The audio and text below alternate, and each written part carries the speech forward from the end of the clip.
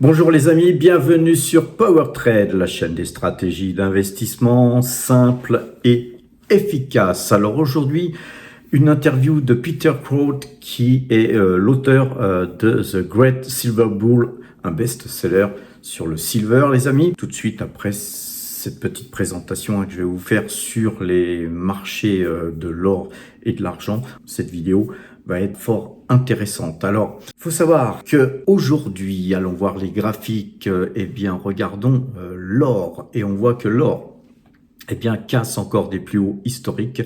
On a cassé les 4107 $, les amis, au moment où je vous parle. Et on a d'ailleurs fait 4116 $,98 sur un plus haut. Donc, on est sur une tendance toujours très haussière. Je vous avais fait une vidéo hier, un dimanche, pour vous dire que va-t-on faire aujourd'hui. Eh bien, nous, on attendait, pourquoi pas, un retracement. Et là, on aurait plutôt allégé. Eh bien là, non. Nous n'allégeons pas, les amis, bien au contraire, on se tient prêt encore à acheter. Mais aujourd'hui, eh bien, le marché canadien étant fermé, eh bien voilà, on attendra demain. Et c'est pourquoi je ne vais pas vous faire une vidéo, car le marché japonais aussi était fermé, le marché canadien fermé. Donc on a pas mal de valeurs qui ne sont pas cotées, d'une part, et puis d'autre part, voilà, l'interview de Peter Kraut par Laurent Morel est suffisamment intéressante pour ne pas regarder forcément mon portefeuille. Alors, très belle configuration hein, sur l'or les amis, car regardez-moi ce graphique sur une période un peu plus long terme, vous voyez qu'on est toujours dans un canal haussier qui a été cassé, avec une bougie qui aujourd'hui se détache du canal. Donc on a vraiment une force acheteuse très puissante sur l'or. Sur le silver, c'est carrément 6,89% de hausse au moment où je vous parle. Pareil, on a une sortie de ce canal haussier sur le silver, hein, mais c'est pas une bougie qui se détache, mais par contre c'est une bougie impressionnante hein, de plus de 6,87%, hein, les amis. C'est une très belle configuration haussière. On avait eu un mouvement là avec ces deux bougies rouges, on va un peu zoomer, qui m'ont fait un petit peu douter de la continuité de la hausse, et donc on se tenait prêt à, pourquoi pas, alléger bien sûr les amis, car on est très gagnant hein, sur le portefeuille mine, ainsi que le portefeuille mine pro. Et donc à partir de là, avec une bougie comme ça, eh bien sûr que nous allons conserver nos positions. Sur le cuivre, 5% de hausse, les amis. On a quasiment un yin-yang, hein, donc on a une très forte baisse, et puis là on a une très forte hausse.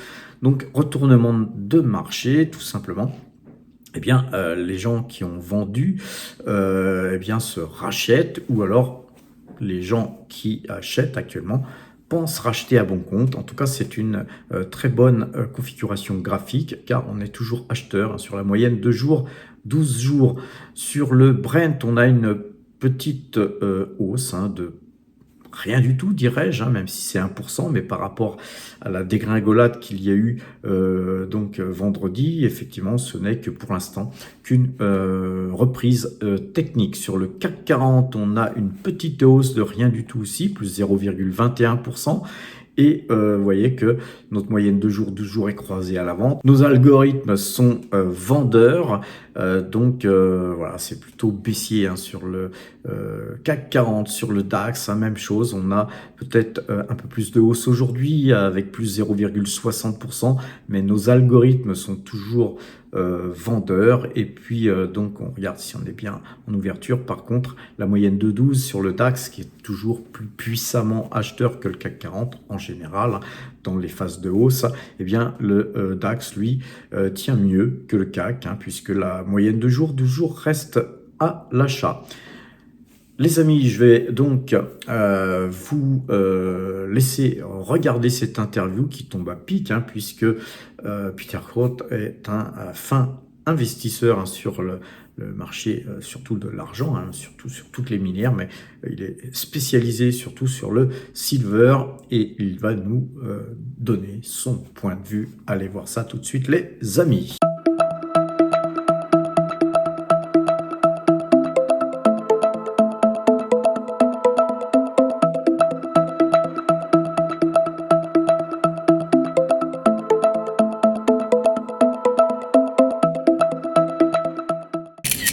Peter Kraut, on ne le présente plus. Je suis très fier de l'avoir avec nous à Paris. C'est sa première conférence à Paris. Et quel timing, Peter. L'argent à plus de 51 $. Un article de Bloomberg, encore la semaine dernière, qui prédisait qu'on aurait un problème d'approvisionnement de physique. Qu'est-ce qui se passe sur le marché de l'argent? On entend parler de rupture d'approvisionnement, on entend parler de stress sur la disponibilité physique d'argent. Comment en est-on arrivé là? Qu'est-ce qui se passe sur ce marché? Premièrement, merci de m'avoir invité, Laurent. C'est un plaisir d'être ici. Puis je suis d'accord avec toi, ton timing est impeccable. Alors, ce qui arrive, c'est que il y a un manque de fourniture d'argent. Il y a un sous-investissement qui est là depuis 10 ans, 15 ans, 20 ans. Le problème, c'est que le prix de l'argent a été très bas pendant si longtemps et que les minières ont hésité d'investir. Alors, on se trouve à avoir un déficit structurel qui est là depuis, en incluant cette année, depuis 2021, on parle de 5 ans de déficit structurel qui, si on fait le total de ces 5 années, on parle de 800 millions d'onces, ce qui équivaut à une année complète d'offres, c'est-à-dire de production minière. Alors, c'est rendu grave. Et puis, c'est un marché qui est extrêmement serré. Et une des raisons pourquoi c'est si serré, c'est que, comme je disais tantôt, le prix de l'argent est très bas. Et puis, ça n'encourage pas les minières à faire de l'exploration, à prendre de l'expansion. Oui, parce qu'on a un déficit, en fait, de l'investissement sur la recherche de nouveaux gisements. Et tu expliques aussi dans ton best-seller The Great Silver Book que, en fait, l'argent, c'est un métal qui n'est pas un métal primaire dans le sens où on ne va pas ouvrir des mines d'argent pour aller chercher de l'argent, c'est ça? Exactement. Et ça, c'est une problématique et c'est très particulier au métal de l'argent. C'est-à-dire qu'il y a 25% seulement de l'argent qui est produit par des minières qui sont de mines d'argent de métal primaire. Il y a 75% de l'argent qui est produit par des mines qui produisent autre chose et, par hasard, un peu d'argent, c'est-à-dire qu'ils produisent du cuivre, de l'or, du zinc, du plomb. Alors, quand un minier produit seulement une petite portion de sa production et de l'argent, il n'est pas intéressé à essayer de produire plus, même si le prix de l'argent monte. Alors, la réaction, c'est pas la réaction normale qu'on a et les règles de l'économie, les règles économiques normales. Quand le prix de l'argent monte, on ne fournit pas nécessairement plus d'argent au marché. Alors, ça rend... Par la structure. Exactement. Alors, ça rend l'offre encore plus restreinte. Et en plus, quand le prix monte, les investisseurs s'intéressent plus. Alors, la demande du côté investissement monte davantage et ils vont chercher sur une offre de métal qui est encore plus restreinte. Ouais. Alors, ça pousse le prix encore plus rapidement. Une petite remarque sur ce que disait sur les byproducts par rapport à la conférence sur le cuivre qu'on a organisée la semaine dernière.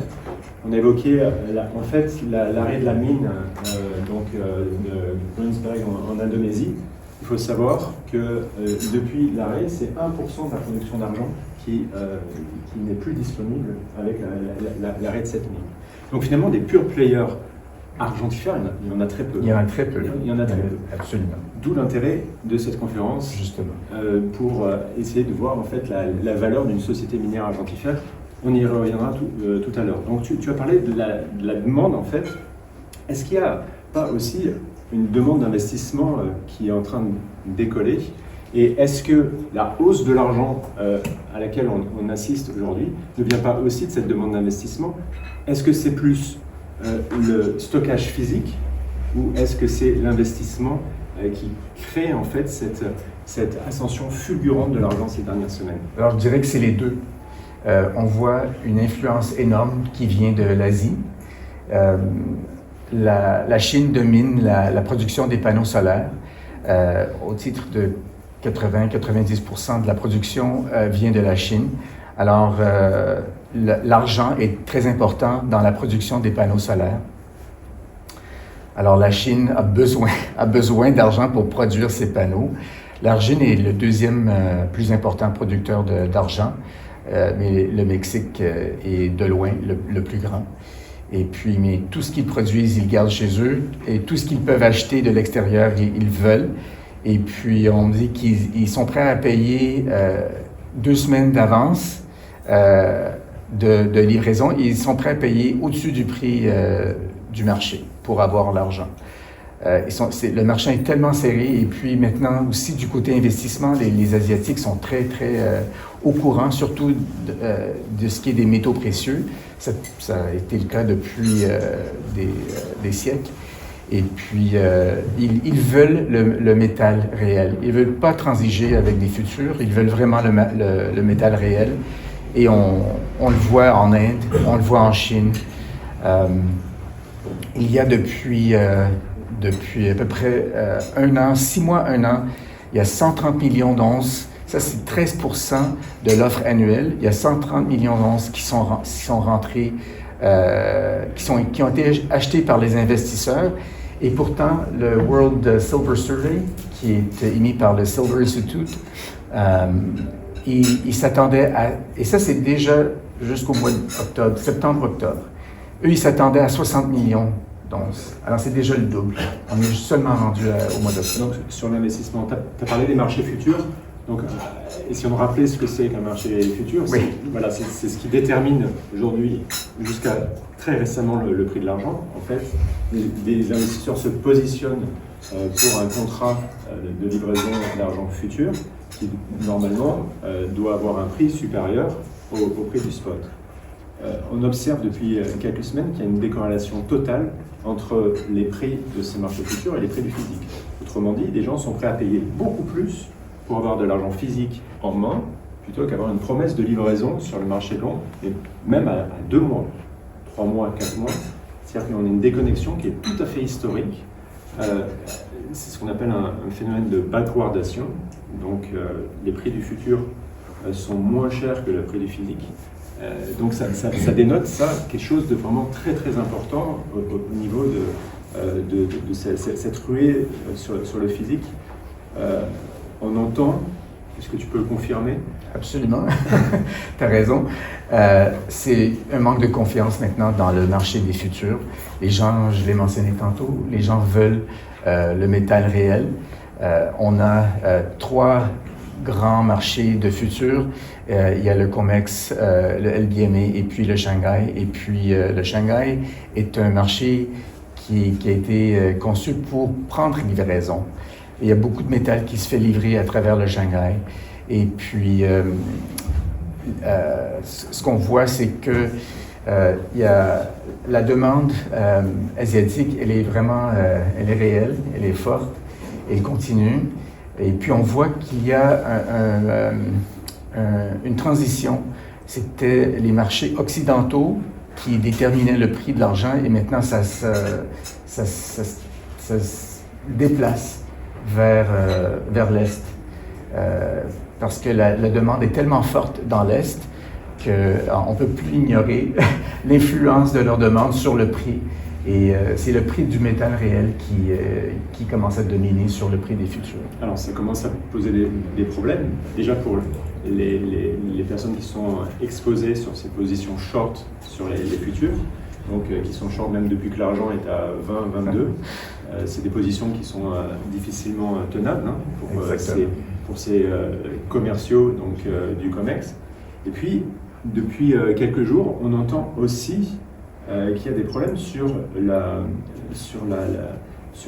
les brokers en fait, de physique, puisque pour protéger leur vente, ils sont obligés de se hedger. Et donc, si les contrats futurs sont moins élevés que les spots, il y a un énorme souci en fait, pour cette industrie, Et donc, ils sont moins encouragés à faire des stocks de physique pour leurs clients, puisqu'ils vont perdre sur leur contrat daily. Et donc, ça raccourcit, ça enlève encore du physique sur le marché, et ça crée une demande supplémentaire encore sur le physique. Donc, il y a une espèce d'enchaînement et qui explique en fait cette explosion de l'argent. Ce matin, on a un nouveau record historique sur l'argent, 51,60. Oui. Même après ce qui s'est passé vendredi, c'est absolument incroyable. Est-ce qu'il n'y a pas aussi quelque chose qui est en train de se jouer au niveau des États-Unis avec l'argent qui serait considéré comme un métal critique? Est-ce que tu as des informations par rapport à ça? Est-ce que tu peux nous dire les tensions qu'il y a par rapport à la classification du métal argent comme métal critique aux États-Unis? Merci. Oui. Alors, aux États-Unis, ils sont en train de considérer l'argent comme métal critique. Ils l'ont mis sur une liste à considérer. Alors, elle n'est pas encore sur la liste des métaux critiques, mais ils sont en train d'évaluer pour déterminer. Alors, ce serait quand même important sur le plan symbolique s'il était finalement sur la liste des métaux critiques. Ce qui est important aussi à savoir, c'est qu'il y a jusqu'à 43% de l'argent consommé aux États-Unis qui est importé. Ils ne fabriquent ou ils ne fournissent à l'intérieur des États-Unis que l'autre 57%. Moi, j'ai l'impression qu'il y a plus de chances que jamais que l'argent soit sur cette liste et puis qu'ils vont commencer à encourager, comme on l'a vu dernièrement avec le lithium, avec le cuivre, qui vont commencer à encourager. D'ailleurs, c'est quelque chose qu'on n'a jamais vu. L'administration américaine, maintenant, prend des parts dans des compagnies publiques qui fournissent des métaux. Alors, c'est un signe... Compagnie cotée. Cotée, exactement. C'est du jamais vu. Et puis, c'est un signe à quel point ils sont intéressés et puis que c'est important pour eux de sécuriser des fournitures. Alors, l'autre chose importante à noter, c'est que si l'argent devient officiellement un métal stratégique aux États-Unis, il y a des bonnes chances qu'ils vont commencer à avoir des inventaires stratégiques aussi, comme ils ont pour le pétrole. Oui. Okay. Alors, ce sont des choses, comme tu dis, historiques qui se développent. Alors, la semaine passée, donc c'est une news de vendredi, donc l'administration américaine qui met en place un fonds d'achat, donc il commence à faire du stockage de métaux stratégiques. On ne sait pas encore ce qu'il y a dedans. Il y aura sans doute des métaux rares qui vont stocker, il y aura sans doute du tungstène, peut-être du cuivre, peut-être de l'argent. C'est-à-dire que ces nouvelles sont pas encore incluses dans le marché encore, avec une différence de prix qu'il y aurait, puisque évidemment il y aurait avec le stress sur le physique aujourd'hui, on peut imaginer que ça a un impact encore beaucoup plus important aux États-Unis. L'argent comme investissement, est-ce que tu penses, comme certains silver dogs, que l'argent peut retrouver une valeur monétaire? Je m'en doute. Je m'en doute parce que pour plusieurs raisons. Premièrement, c'est un métal qui est évidemment plus volumineux que l'or pour la même valeur. Et puis, il y a maintenant 60% de l'argent qui est offerte à chaque année. C'est à peu près 1 milliard d'onces. 60%, alors 600 millions d'onces vont vers l'industrie. Et l'autre 400 millions, d'une façon ou d'une autre, que ce soit pour les bijoux, la bijouterie, que ce soit pour les investissements, c'est pour moi une forme d'investissement. Mais ce 60%, il était à 50% il y a 10 ans. Il est rendu maintenant à 60%. On voit que l'importance de l'argent, on vient d'en parler comme métal stratégique, il y a une croissance énorme. Comme j'ai dit, il y a à peu près depuis 5 ans, on a vu une hausse de 120% de la consommation de l'argent juste pour les panneaux solaires. Cette partie du marché représente maintenant 20% de toute la consommation de l'argent, juste les panneaux solaires. Alors, de voir un métal maintenant qui, quand on se demande est-ce qu'il pourrait être renumétisé, c'est le bon mot. Remonétisé. J'en doute vraiment. Il est trop important du côté industriel. Alors, je le vois vraiment qui resterait comme il est maintenant, juste que la demande du côté investissement, tout simplement, augmenterait énormément et mettrait beaucoup de pression. Donc, tu ne vois pas des banques centrales acheter de l'argent? On le voit quand même. Ah. On le voit quand même, mais c'est pour le côté stratégique, d'après moi. Il y a 1 an, la Banque centrale de la Russie a mentionné qu'ils étaient, pendant les 3 prochaines années, ils étaient pour commencer à acheter l'argent, le palladium, la platine, Oui. et puis l'or, évidemment. Et puis, tout dernièrement, il y a la Banque centrale de l'Arabie saoudite qui ont acheté de l'argent à travers le ETF SLV et puis même des minières. Ils ont acheté à travers le ETF SIL. Alors, c'est un petit montant pour la Banque centrale de l'Arabie saoudite. On parle de 40 millions, mais c'est ce que ça démontre. Ouais. Et puis, j'imagine que pendant que eux nous le disent officiellement, il y en a d'autres qui le font de façon très...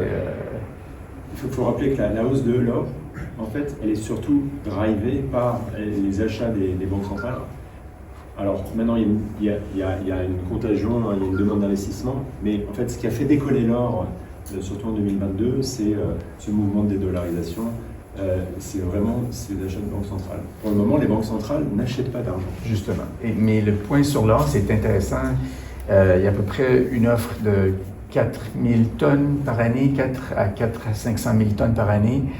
Et depuis 2022, il y a 1000 tonnes qui sont achetées uniquement par les banques centrales. Alors, ça veut dire qu'un once sur 4 est acheté par les banques centrales.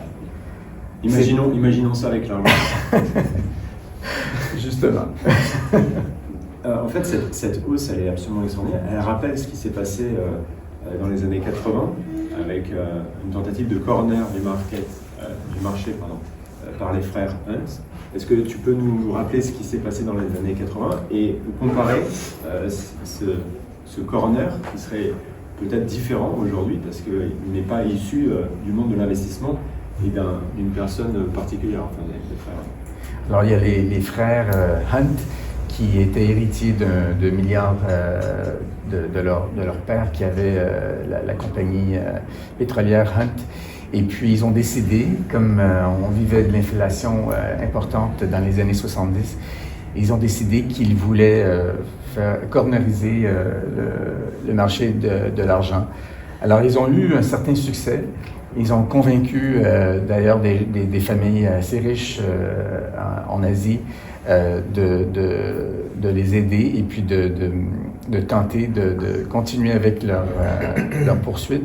Mais finalement, c'était le COMEX qui ont changé les règles et puis la marge qu'il fallait parce qu'ils se sont embarqués dans le marché des futurs. Voilà. Et puis à cause du changement. Futurs. Voilà. Exactement. C'est ça qui a fait éclater. Voilà, donc ils étaient très très investis avec un très fort effet de levier. Exact. Le COMEX a changé les règles du jeu sur les marges et donc ils se sont fait. Impossible de répondre. Et puis, c'est pas du tout ce qui se passe là. C'est pas ce qui se passe maintenant. Non, au contraire, on voit que le marché est tellement serré. Et puis, c'est comme on disait tantôt, c'est vraiment le changement de l'influence qui vient de l'Asie, parce que eux l'achètent, le consomment, ils prennent livraison. C'est pas un jeu de papier comme on a sur le futur dans l'Ouest. C'est vraiment, on prend livraison, on en a besoin, on le consomme. Alors, ils commencent à vraiment dominer et déterminer le prix de l'argent plutôt que ce qu'on a vu jusqu'à date. J'aimerais qu'on parle maintenant, pour conclure ton intervention, de l'effet de levier que représente l'investissement dans les minières argentifères aujourd'hui. Quel est ton avis sur ce type d'investissement? Alors, surtout dernièrement, chaque dollar de hausse dans le prix de l'argent est presque automatiquement $1 de plus de profit pour les minières.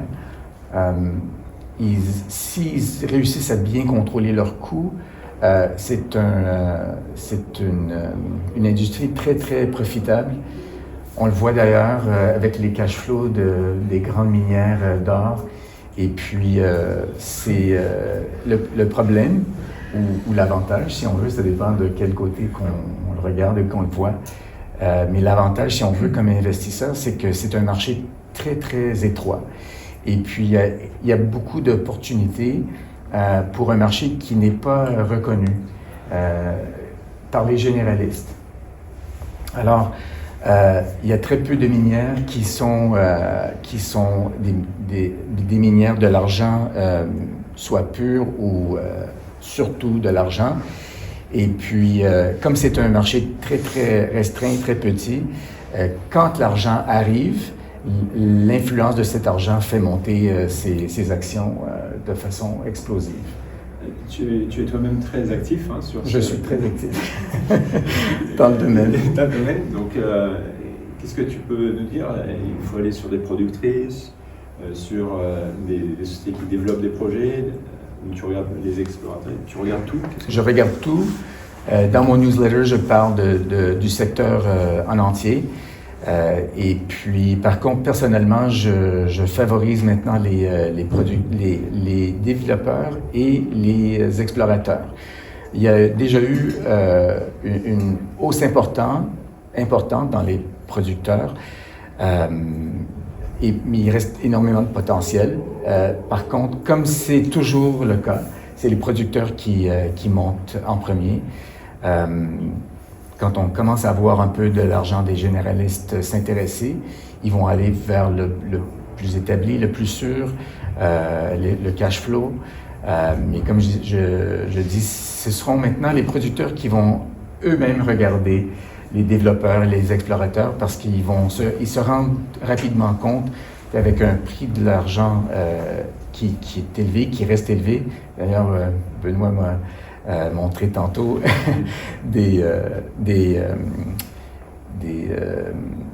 comment on dit forecast? Des projections, merci. Des projections de prix. Les banques maintenant, les analystes commencent à utiliser des prix beaucoup plus élevés et ils commencent à être parmi les convaincus que ce marché est là pour rester, pour monter. Et quand les prix sont, on fait des projections avec des prix plus élevés, évidemment, ces producteurs, ces développeurs, ces explorateurs deviennent plus intéressants, les prix deviennent plus intéressants, et c'est l'effet de levier qui est énorme. Alors, c'est un extrêmement bon moment. On va regarder ça, mais je te remercie en tout cas d'avoir répondu à toutes ces questions. Et merci pour ceux qui sont intéressés sur ce secteur de l'argent. Vous pouvez poser des questions à Peter après la conférence. Là, on va enchaîner donc sur IAGold. Merci beaucoup, Peter. Merci à toi, Laurent. Plaisir. Voilà. Et donc, le nom du livre de Peter, c'est The Great Silver Bull. Il n'y a pas de traduction en français pour le moment. Et ça fait un an que je me demande, il n'y a toujours rien. Peut-être qu'un jour il y aura. Donc, on va continuer cette conférence et on va rebondir sur ce que tu disais sur les minières. Parce que moi, je suis un peu plus bullish que toi sur les productrices. D'accord. On a la chance d'avoir avec nous le CEO d'une compagnie argentifère, un pure player. Et on a une double chance, c'est que Benoît Lassalle qui est avec nous est le seul CEO d'une compagnie minière argentifère qui parle français.